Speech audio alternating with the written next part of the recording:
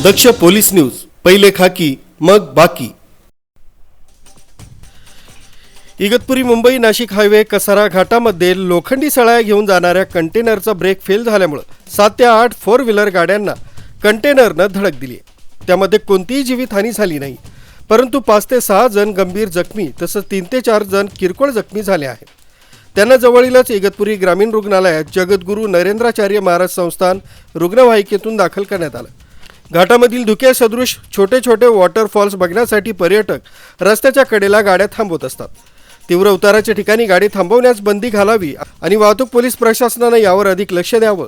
वारंवार होणाऱ्या नवीन कसारा घाटातील घटना यांना कारणीभूत तेथील रस्त्याला गतिरोधक नसणं, तीव्र उताराच्या कारणाने इमर्जन्सी ब्रेक फाईल पॉईंट कमी भासत आहेत। घाटाच्या मधोमध असणारे ब्रेक फेल पॉईंट वाढवावे, घाटामध्ये स्पीड ब्रेकर जास्तीच्या प्रमाणात द्यावे, ही मागणी वारंवार होत आहे।